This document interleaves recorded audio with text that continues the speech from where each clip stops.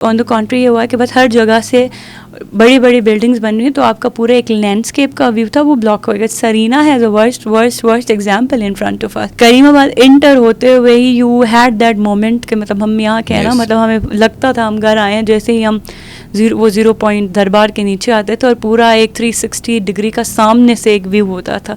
अब आप सामने जाएंगे, इतनी खंडरात वाली बिल्डिंग सामने से नज़र आ रही है। गिलगित से बिल्कुल 1 किलोमीटर या 2 किलोमीटर पे सुल्तानाबाद है, तो वहाँ पे मैं जा रहा था तो मुझे हवा में लगा कोई परिंदे आ गए या कोई नए किस्म के कोई हमारे पास कोई पता नहीं कौन से बर्ड्स, माइग्रेटरी बर्ड्स आए नजर आई आपको? तो परियां तो नहीं कह सकते, खैर हवा में डिफरेंट कलर्स के रंग बिरंगे वो परिंदे थे। तो मैंने देखा गौर से कि मैं गाड़ी रोकी और मैंने गौर से देखा तो वो प्लास्टिक के सारा, जितने भी प्लास्टिक है वो सारा कचरा हवा में था। जो मुझे हमेशा से बॉदर करती थी, गिलगित सिटी के अंदर आपको कुछ भी नज़र नहीं आता सिवाय तारों के और खंभों के।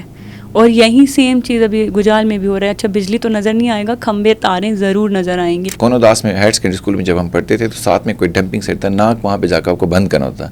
अब गिलगित में हर दूसरी जगह से जहाँ पे आपको नाक बंद करके चलना है, तो फेंकना वहाँ पे कचरा और उसको ट्रीट नहीं करना। ये हर पूरी दुनिया में अभी environment friendly and climate friendly design हो रहे हैं। हमारे यहाँ तो ह्यूमन फ्रेंडली भी नहीं है ना। KKH का आपने हाल देखा है, लोगों का घर उधर है, बच्चों का स्कूल उस तरफ है, रोड क्रॉस करके बच्चों ने स्कूल जाना है, पाथवे का सिस्टम नहीं है, वो हाईवे बनाया गया है और वो that is the only source of commute. अभी इन हालात की अगर आज की हम बात करें 2024 में ये हालात हैं, तो 10 साल बाद या 50 साल बाद गिलगित बल्तिस्तान कैसा मंजर होगा? आपने 2 दिन पहले देखा करीमाबाद के अंदर अर्थक्वेक ने हिट किया, एंड आई नेवर थॉट कि इससे पहले कहीं और अर्थक्वेक होता था, वो करीमाबाद में फेल्ट होता था। ये सेकेंडली ट्रैफिक वाला। अब आप जब जाए ना गिलगित, आपको सिटी अगर आप 1:30 बजे 2 बजे या 3 बजे आप क्रॉस करेंगे ना, चुटियाल से लेकर बाजार तक आपको 1.5 घंटा लगता है। वो 2-3 किलोमीटर में हार्डली होगा। इतनी गाड़ियाँ हैं, इतना वेस्ट जनरेट होता है। और विंटर्स में जब आप KIU वाली साइड से आप गिलगित को देखें ना, पूरा एक लेयर उस पर छा जाता है। पहले गिलगित में ये कॉन्सेप्ट नहीं था। आप जाएंगे तो आपको क्लियर स्काई नज़र आएगा। अब स्काई का कलर भी चेंज हो गया। स्टार्स तो आपको नज़र पहले आते थे ना, अब नहीं आते हैं। लेकिन पूरा जो गिलगित का डायनामिक्स था इन पर्सन, मेरे ख्याल से ट्रैफिक से लेकर कंक्रीट जंगल से लेकर वेस्ट तक, ये तो कोई ऑप्टिमिस्टिक रहने वाली बात से ऊपर जा रही है। पिछले 2-3 सालों से लोगों ने स्मॉग भी एक्सपीरियंस किया है, जो कि कभी भी नहीं था। And smog is the smoke in the air. जो धुआं है उससे स्मोक बनता है, जो लाहौर में होता था। अब हम गिलगित में, मतलब लोग अच्छी हवा के लिए गिलगित जाते थे, तो अगर ये रहा तो कौन क्यों जाएगा? स्कर्दो के कुछ इलाकों में या इवन गिलगित में, हुंजा में तो होते नहीं थे, या गोजाल में लोगों के घरों में पंखे नहीं होते थे।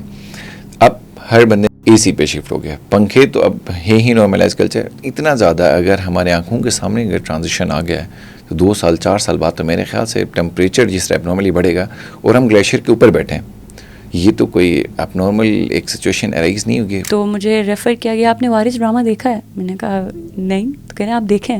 मैंने जाके देखा तो वारिस ड्रामा जो है वो तरबेला डैम पे बना है। इफेक्टिव्स वो अपने घर से नहीं निकल रहे हैं, तो पानी छोड़ा है तो वो निकल गए। मुझे तहसील वगैरह का नहीं पता था। मुझे किसी काम से AC ऑफिस जाना हुआ, तो उन्होंने मुझे दिखाया कि आपकी ज़मीन यहाँ है, ये सिचुएशन है और ये स्ट्रक्चर है। तो मैंने कहा वो किधर है? तो एक गंदा सा ना, एक कम्बल काइंड ऑफ एक चीज़ उन्होंने रखी, बड़ा सा चादर, उसको कोई चादर कहते हैं, उसमें उसने मुझे दिखाया कि यहाँ है। मतलब अभी भी कोई हमारा रिकॉर्ड डिजिटल नहीं है, कोई हमारा रिकॉर्ड किसी पेपर में, किसी कंप्यूटर में कोई मैकेनिज्म इस तरह का नहीं बना।